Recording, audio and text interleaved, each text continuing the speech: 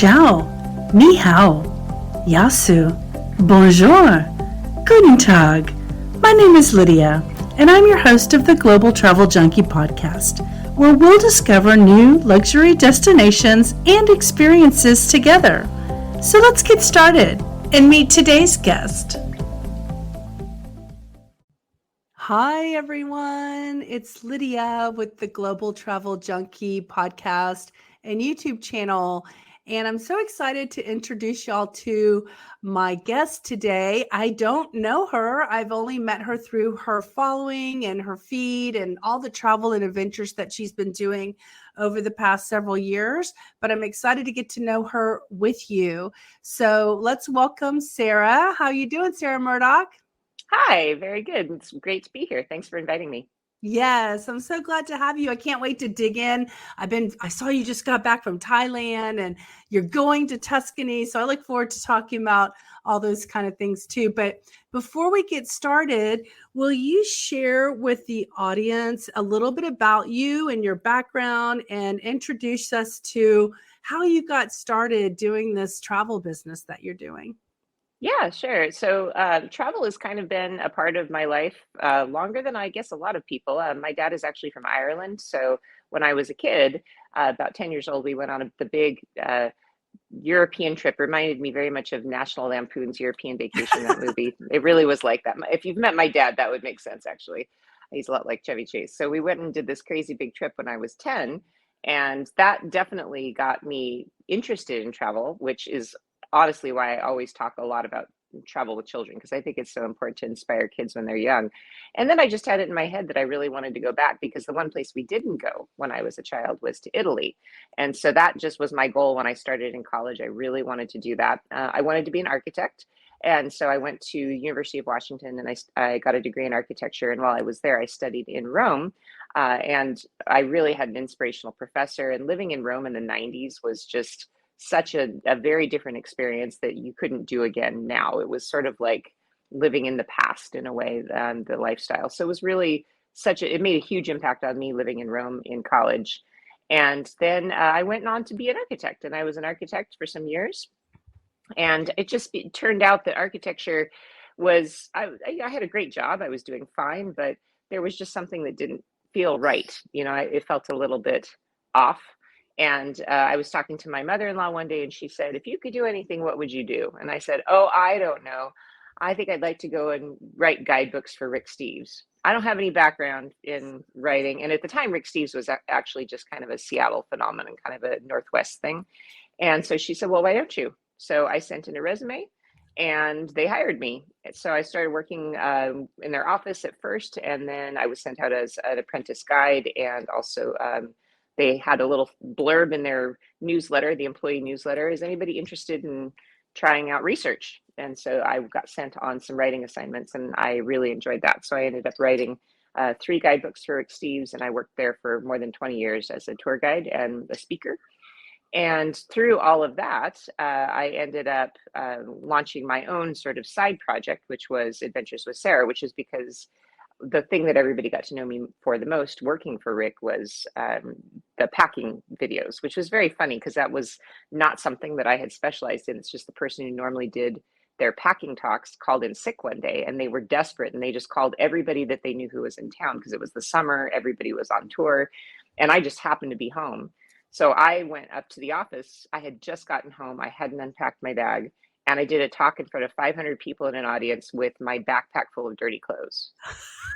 So so I did this talk, and everybody loved it, and because it was just very honest. I'm kind of a plain speaking person. I kind of say what I mean, and I'm just very honest. So I just said, "Look, here's the stinky stuff." I talk about underpants. I talk about, all like tampons, like all the things that like people on Stray away glossy travel from. shows. Well, there's people on glossy travel shows don't talk about the nitty gritty of travel, and this has been my lifestyle. Like I live as a traveler, and so there's a lot of warts and all kind of stuff that I think it's important to share with people, and that kind of resonated. So that became kind of my main thing for Rick Steves, is doing these packing talks, and so through that I launched my own website to help answer people's questions about packing, which then has magically transformed itself now into a whole thing where I stream on social media, I do interviews, I do live streams from different countries, I do YouTube videos, I do my own little podcast kind of thing where, so there's just all kinds of interesting side things that have grown from the opportunities that I've had in my life. So yeah. What an amazing story. I did not know. I guess I never read that you worked for Rick Steves, beforehand. So that's Yeah. amazing. And something we have in common is I lived in Castiglione Fiorentino in 1990. So I Ah, know exactly what you're talking about when you talk about pre-computers, pre-internet, yeah. pre-cell phones, right? Yep. Pre even barely maps. No, I'm just kidding. No, but in a way that's true. I mean, I think Italy in the 90s, you can't compare it to the US in the 90s. It was like time travel, I would say. Living in Rome, I would come home from school and sometimes we'd have electricity and sometimes we wouldn't. Just things like that, like getting a phone line installed in our apartment was insane because it took weeks and we had to make all these phone calls and we had to pull strings and a friend had to get in touch with the phone company. It was like, yeah, it was something out of a Fellini movie living there because it just wasn't even remotely like the US, And but not even that, but you know how expensive. I mean, the fact that you were even talking about having a telephone in your apartment, that's like a luxury back then. Remember the little tickers on the phones that tracked how Hmm. much time you spent, and then somehow they tracked it. I don't even know how they build those telephones. They were so antiquated. But I lived in a monastery. It was with the university, Texas A&M University program. And so the monastery was part of the church. It was connected. And we had a cook and we had, an Italian cook from the South. So the food was amazing. And there was only 30 of us. And I'm like the only student who studied Italian before we went. Or, I Yeah. mean, I wouldn't say I'd had like 3 years of it. I wouldn't say I was the only student who ever studied it, but I was the one who spoke it the most. And so I had a completely different experience than a lot of the students that went with me. So we have that in common. And that is so amazing that you have had so many years of travel experience. So I can't wait to dig in. And I can't wait to go on a trip of yours one of these days. Yeah. So, all right. So let's talk about. Do you want to talk about your recent trip that you just got Sure. back from, or what you're working on? How would you like to start the conversation? Oh, there's a lot we're working on actually. So this business is it's kind of a fun business building story the way we've done this because this was just a side project, right? This was a blog, and then it sort of ended up being that one of my friends from college actually had started his own really microscopic tour company where he did tours with 2 or 4 people, and I went and visited him. And he's like, hey, it'd be really funny is if we ran a tour together. We should do a tour together. That'd be really funny. And I'm like, yeah, haha, that'd be really funny. So we decided to do a tour that was half Italy and half Slovenia, which was his area of expertise. And we love food and wine. And so we just put it together and I put it out there on my website and people were like, okay. And we signed like 10 people up for the first year. And it was such an incredible success. I was shocked what a success it was. And I also that same year collaborated with a different colleague who'd started his own little tiny company and we did Thailand. And so it was just a really funny little start. And so this has been sort of us slowly building. And the pandemic really transformed my business because in a good way, in that I split from Rick Steves and also I got to focus 100% on my business and develop other projects like Guide Collective, which is a magazine that I put together with a bunch of my tour guide friends.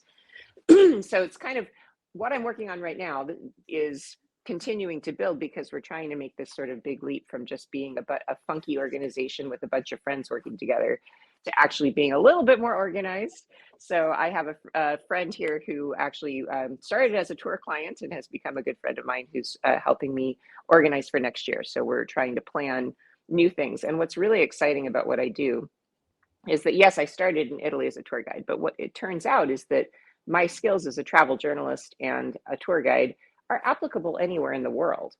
And that was a really big light bulb that went on in my head when I started going to Southeast Asia is that, yes, I speak Italian and I'm an expert in Italy, but the skills of journalism, the skills of guiding and customer service and client relations and all that, that stuff goes anywhere. So yeah, so it's kind of opened up my imagination. So what we're working on right now is just some exciting new projects. We're going to do Japan next year. What else are we doing next year? We're going to do a Jordan tour. We're going to do Egypt. So Italy will always be my love, and that's the thing that we, of course, will continue to focus on. But it's just exciting, you know, to sit around. Literally, my office is my dining room table, and I sit around my table with my friends. Usually, my friends are also people who travel with me, and we just kind of bounce ideas off the wall. We kind of come up with where do we want to go, and I think that the core belief that we have is that travel can be better, right? I worked for many years for a mainstream travel company that we used to be those people who tried to do something different, and then it became very mainstream. So what we want to do is try to push people a little bit into different ideas about what travel can be. Like, for example, one of my colleagues and I are kind of talking about doing an Azore Islands trip. Like, that's something very different, right? In Italy, instead of just doing kind of the normal stuff everybody does. For example, I'm leaving on Thursday for Rome, and I have a Rome tour because Rome obviously is something I know better than just about anything. And the way I marketed my Rome tour is it's the Rome tour without the Vatican or Colosseum. Because my idea is that, you know, there's so much more to these famous cities and famous places that are not full of tourists, and you can really get to know a place in a different way. So I guess what I'm trying to do is create a tour company that is helping people have non-tour experiences, I guess you Right, could say, right? right. So, I get you know, it. and the mission is kind of coming together as we gather more guides to work with us, and our, you know, guests who keep coming back again and again. What are they asking for, and what do they like about what we're doing? So yeah, so that's what I'm doing. We're just kind of trying to do tour planning for next year, and I'm getting ready for my Rome tour, and then I'm going to go to Sicily after that. And Sicily is my great passion. That's kind of my passion project. I wrote the Rick Steve Sicily book a few years ago, and I've been down there. That's like a second home. So I think Sicily is a really interesting and important place for people to get to know, I would which, love to go there with you because yeah, having been from, you know, Italy, Tuscany region, you know, I was like in the 90s that we were always warned not to go down there like it was dangerous. And so, yeah. like, I don't know if I could like remove that thought in my head. I would rather go with someone who really understands and knows the area, you know? So maybe that's a trip. When are you doing that trip? I have two Sicily tours this year. I'm doing one in March, April, and then I'm doing another pair of tours in September. And the way I've kind of envisioned Sicily is that there are two different ways to see Sicily. One is the highlights, which is Palermo, Agrigento, Siracusa, Taormina. And then there's the return people trip, the people that have already done the highlights of Right. Sicily. And we do the wine country on Etna. We do southeastern Sicily, which is Ragusa, Noto, Modica. And then we do the area around Marsala and go out to the islands out there, Favignana. And then we finish in Cefalù. So a couple of different ways to see the island. And I guess what you said really puts a fine point on why I have such a passion for Sicily. And that is that Sicily is so much more than The Godfather. You know, and I really do think that there is there, and it used to be too. I remember when I was a student in the 90s, and there used to be those stories about if you go down south, you're going to get gassed on the train and you're going to get abducted and sold into slavery or something. Right. You remember that stuff, right? Yeah. I mean, I never wanted to go south of Salerno because I was told that I would, you know, basically be murdered or whatever. And Right. it was never really true then, first of all. But also, I just think that those urban legends really do persist in the minds of people that, oh, it's not safe to go to Yeah, southern these Italy and were Sicily. Italians that were warning me, not Americans. They didn't know. You Well, know? particularly female American students in the 90s. I mean, I think about that, and I laugh a lot about this because I used to have my butt pinched everywhere. Like, men would just come up and grab my boobs on the street. And I just laugh about that because as that culturally changed, men stopped doing that. And I was like, what? Am I not attractive anymore? What are you talking about? That's my favorite part of Italy. No, I'm kidding. Yeah, No. as I saw that cultural norm change, it did make me kind of wonder. So, like, what's going on? Is it because I'm getting old? I I don't know. know. I've never been south of Sorrento. Sorrento is the furthest I think I ever went, because I Yeah, was in Tuscany. So anyway, okay. So what I want, as you were talking, I thought of a good way to ask you to help us understand, like, if I have a listener or myself wants to know what is it like. I've traveled to 9 different trips to Europe and I've never been with a tour. I've actually never, I don't think, ever been on like a tour type travel. Can you tell someone like myself who's never done a trip with you, like what the experience is so that we can know what to, look forward to, for instance? sure. Well, I try to run my tours in a little bit of a different way because like mainstream tours usually have 28 people or more and you're kind of herded around. I did that stuff for years, but what I try to do with my tours is we have small groups, sometimes as small as 4 or 5 people up to maybe 15, 16 people, something like that is kind of the average of what we do. And it just is a big group of friends. And honestly, so many of my guests have returned enough times that they all know each other. So it's kind of fun when we get together because it's just like a big group of friends traveling around.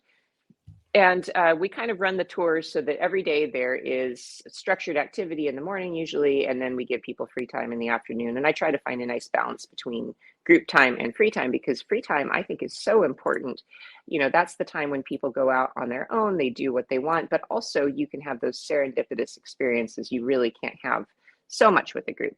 But during the group time, I definitely try to maximize people's use of me and use of their time by taking them places they would never find on their own. Because I think this job has changed. When I was young, there was no Wikipedia. Nobody came with phones. Nobody had any access to information. And so I was the gatekeeper of information. We'd walk down the street and I could make up a story about a church and nobody would be able to fact check me. And I'm pretty sure I did. you know, so the There's job no has really fact changed. checking back then. No fact checking. And so in the past, that was the tour guide's job is we had information because there was no way to look that stuff up unless you wanted to read for months and months. And we studied really hard for that stuff. But now people have access to any information at all. I mean, you can walk down the street and open up your phone and get all the facts about a certain church. So our job is no longer to dole out information. Our job is now, how do we make that information relevant? We're storytellers. How can we walk down the street and look at a church and make that church interesting and relevant to the people who are in the group with me? And so I think that tour guides these days, we are more curators of information. We select the things we think are going to be the most interesting. We try to make it relevant. And above all, we try to help people choose to have experiences that would not be something that they would have thought of or something inaccessible. Sometimes I can Exactly. get into a church that is not usually open, or I can put together a cooking class at a restaurant that doesn't usually do cooking classes. So that's kind of how tours can be really special, I think, is when you use the power of the group to do things and to kind of create experiences that wouldn't be possible for an individual traveler, because individual travelers these days have so many more resources than they had. I mean, traveling without a group is a snap, especially in places like Italy. But on the other hand, you're not going to be able, you don't know, if you go to Sicily, you don't know Sicily the way I know Sicily, right? I know it like a local. I'm able to go and talk with some pretty serious experience about what it's like to live there, what it's like to be a part of a Sicilian family. Like, these are interesting things that I think really add a lot to people's experience when you can kind of help them to discover things that they wouldn't be able to do on their own. Yeah. Well, if you ever need a photographer to follow you around, and I'm actually surprised you don't have that by now, right? Because that's part of your I am business. I am the photographer.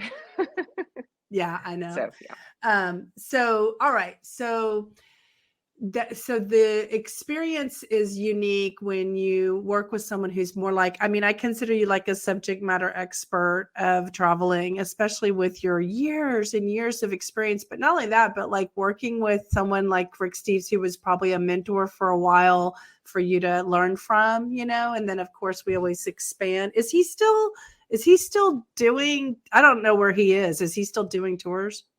Yep. Yeah, he has a very, very large tour company, actually. His tour company, he employs more than 150 guides as far as I know. And the Wow. guidebooks, there's dozens and dozens of guidebooks. They're always putting out new books all the time. So yeah, no, Yeah. he's got an enormous operation.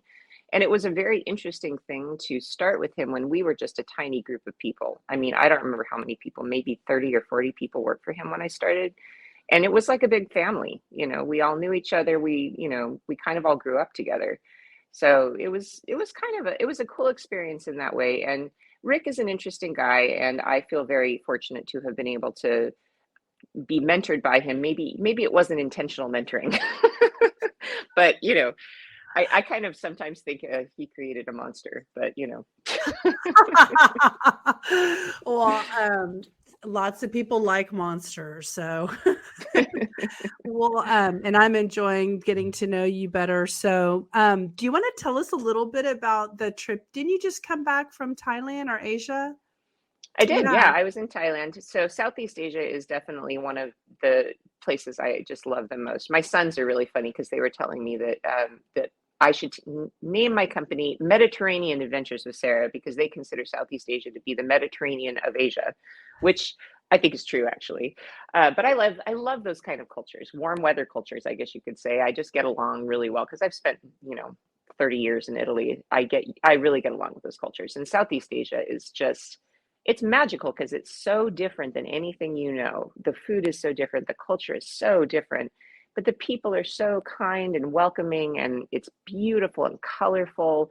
I mean, it just is, it's a riot of sensory overload. And I just think that it's such a neat experience. And so I always tell people if you've never been to Asia, that should be your first trip is to Thailand because it's easy. A lot of people speak English.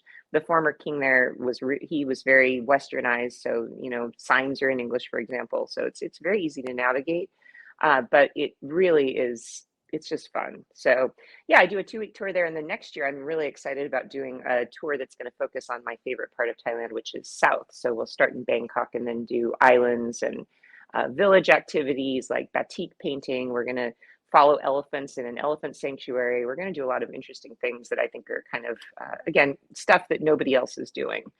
So that's kind of what I'm trying to do is how do we create experiences in countries maybe people would have never thought to go and experiences that are not mainstream. I think that's good stuff. So yeah, and man, the food there, I actually came home probably about 10 pounds lighter. I'm not joking because the food there is just so healthy and it's also, they don't have any bread, cheese, or wine, which are kind of my main staples of food when I'm home.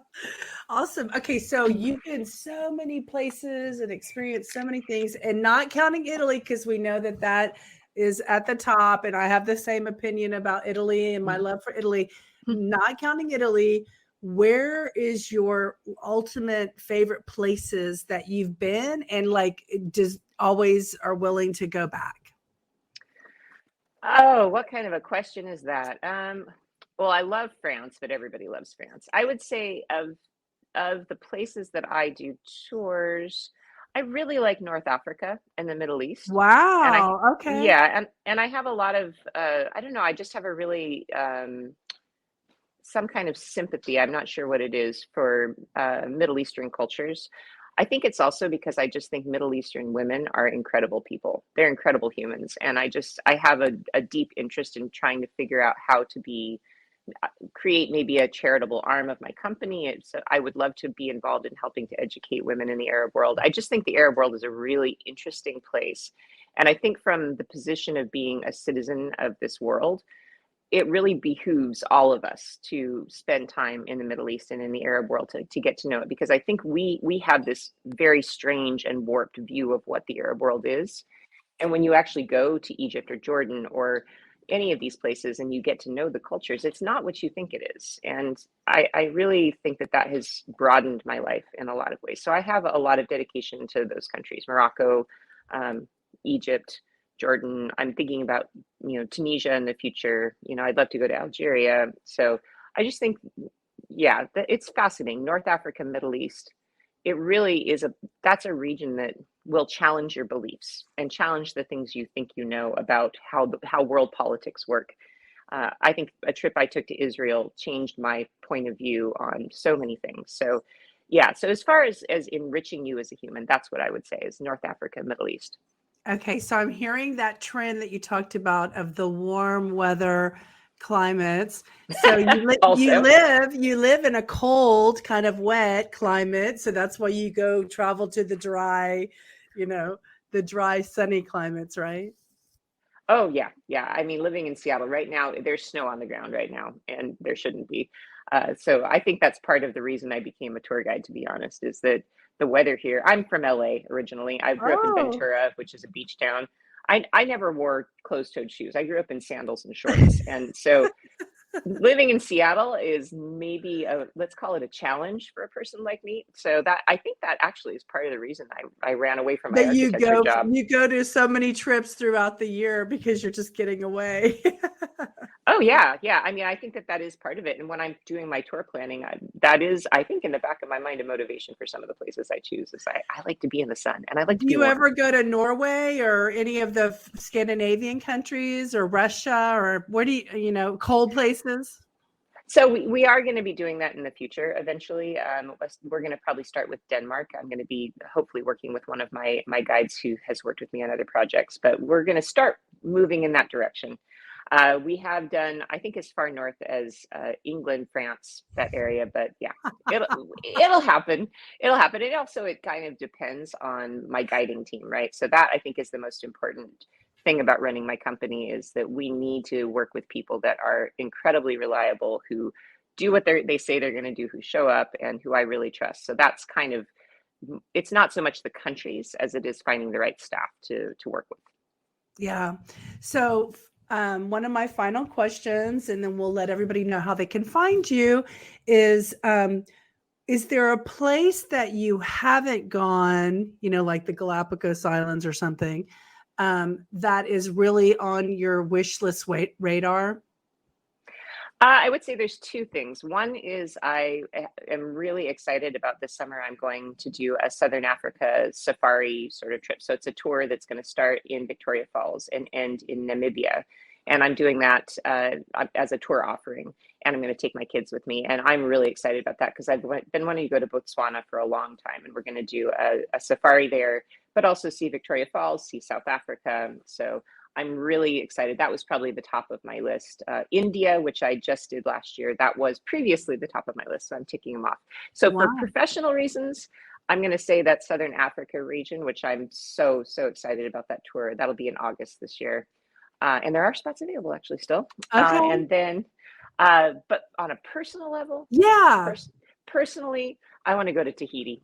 I haven't been to Tahiti, and I love like the kind of South Pacific area. I want to go and stay in one of those little floating kind of those cheesy things you see on Instagram, Yeah. the huts floating over the water.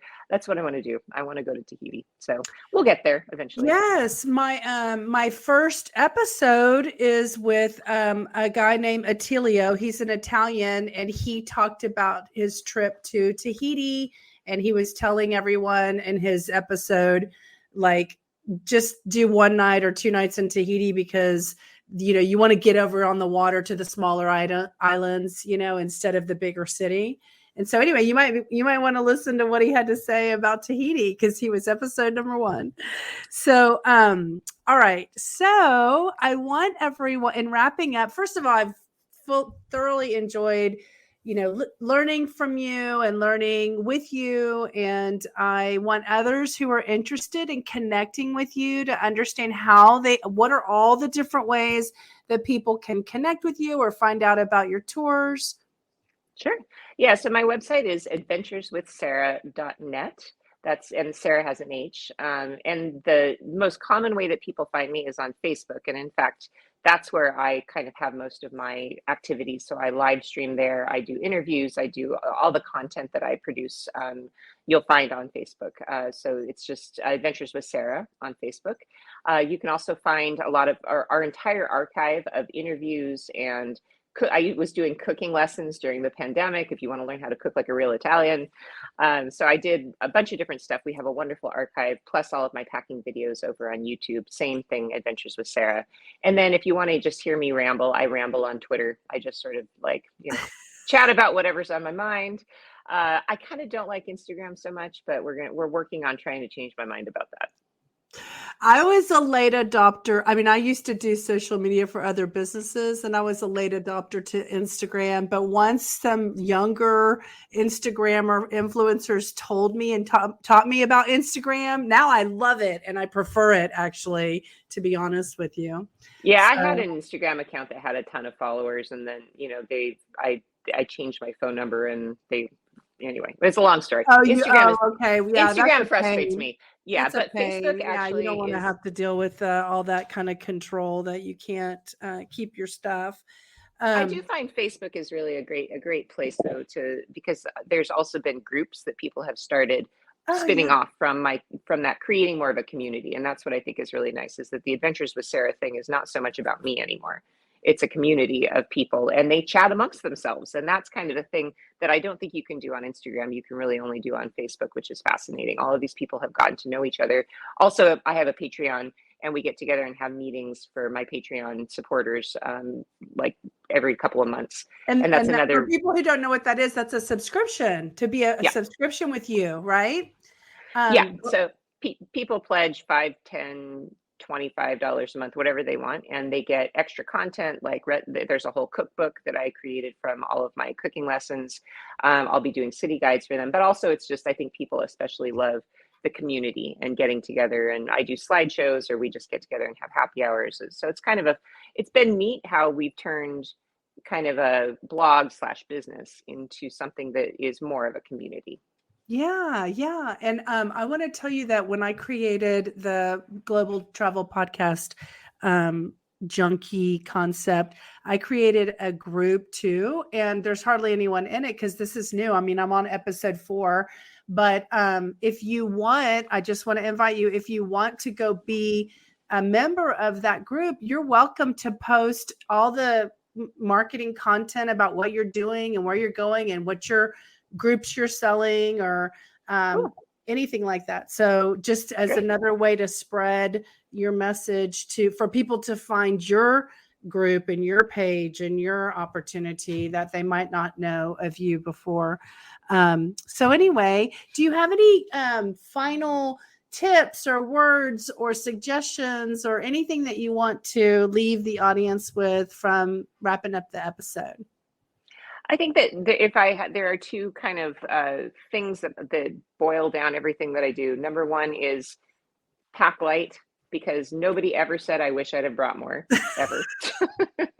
That's number one. It's true.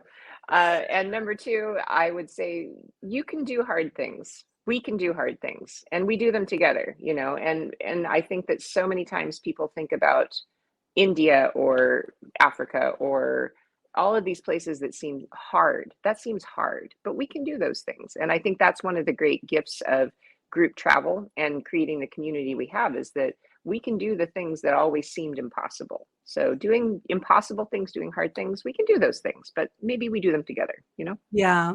And I believe travel is so good for our health and our wellness and our well-being. And like I was telling you earlier before we started recording, I have a podcast that's trying to encourage others to create more compassion in the world and just be a nicer neighbor, a nicer person. And I think when you travel and you have that experience in life, you learn how to respect and appreciate people different than you and Yep. what they're all up to, right? And so travel can just be a really good way to make the world a better place, really. I mean, it sounds silly, but No, somebody has to I try. think it makes you a better person. And I think as a better world citizen, you can be more compassionate to other cultures, and also you make connections you wouldn't make otherwise. I can see issues in ways that I don't think I had the ability to see 20 years ago. It creates a sort of sense of responsibility for the world. I think it also creates a sense of compassion and a curiosity. I think the curiosity builds upon itself because you get more and more curious about what else is out there, right? Awesome. Well, thank you. I know you're a very busy woman, and I really appreciate you taking the time to let me highlight you today on the Global Travel Junkie podcast. And I want to tell you that if you ever want to come back and talk about something that you're working on or a topic, or if you write a book or an article or anything, just reach out to me because I would love to have you as a reoccurring episode. And whatever Sure. Sarah is talking about and doing, you can come on here and share it with the world. So Sure, that'd be anyway, great. yeah, I appreciate it. So thank you for your time. Yeah, And thanks for inviting me. yeah, you're welcome. All right. We'll see you soon. Okay, Bye. bye-bye. We hope you enjoyed the show today. And if you'd like to be a guest on the Global Travel Junkie podcast and YouTube channel, reach out to us at our Contact Us form at globaltraveljunkie.com. We hope to see you out traveling. Adios. Ciao. Au revoir.